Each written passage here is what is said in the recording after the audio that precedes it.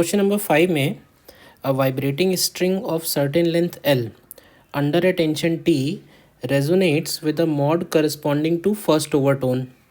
First overtone का मतलब भी लिखा हुआ है which is third harmonic of an air column of length 75 centimetre inside a tube closed at one end. ठीक है, तो एयर कॉलम का ये फर्स्ट ओवरटोन है और स्ट्रिंग रेजोनेट कर रही है। The string also generates 4 beats per second when excited along with the tuning fork of frequency n.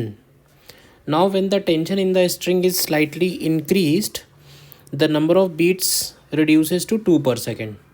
Assuming the velocity of sound to be given है, frequency of tuning fork हमको बताना है। ठीक है, तो अब इसमें देखो हम लोग स्टार्ट करेंगे एयर कॉलम लेंथ से। तो देखो अगर एयर कॉलम में एयर कॉलम का जो थर्ड हार्मोनिक होगा, अब air column closed at one and है तो हमको मालूम है कि इसमें सिर्फ ऑड हार्मोनिक्स जनरेट होते हैं और इस केस में इसमें जो वेव फॉर्म बनेगा वो कुछ इस तरह का बनेगा, जिससे लेंथ ऑफ पाइप जो हमको गिवन है 75 सेंटीमीटर, ये लेंथ 3 टाइम्स लैम्डा बाई 4 के इक्वल होगी। यानी 3 lambda by 4 is equal to 75 centimetre. तो आपको यहाँ से लैम्डा की वैल्यू मिल जाएगी 100 सेंटीमीटर, या फिर इसी को हम लोग बोल सकते हैं 1 मीटर। वेलोसिटी ऑफ साउंड हमको गिवन है क्वेश्चन में, इट इज़ 340 मीटर पर सेकेंड।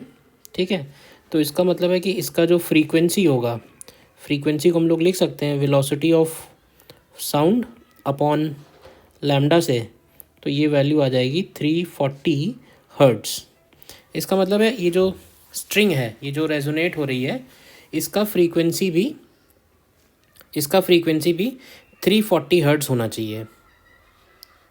ठीक है, अब ये स्ट्रिंग जो है वो अब ये कह रहा है कि string also generate 4 beats per second when excited with a tuning fork.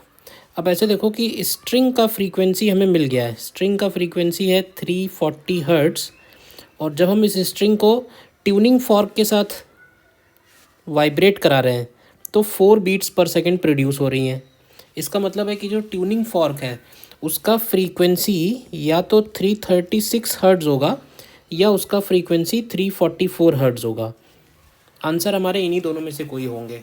ठीक, अब ये बताओ कि स्ट्रिंग में जो फ्रीक्वेंसी है, स्ट्रिंग का फ्रीक्वेंसी उसके टेंशन के डायरेक्टली प्रोपोर्शनल है।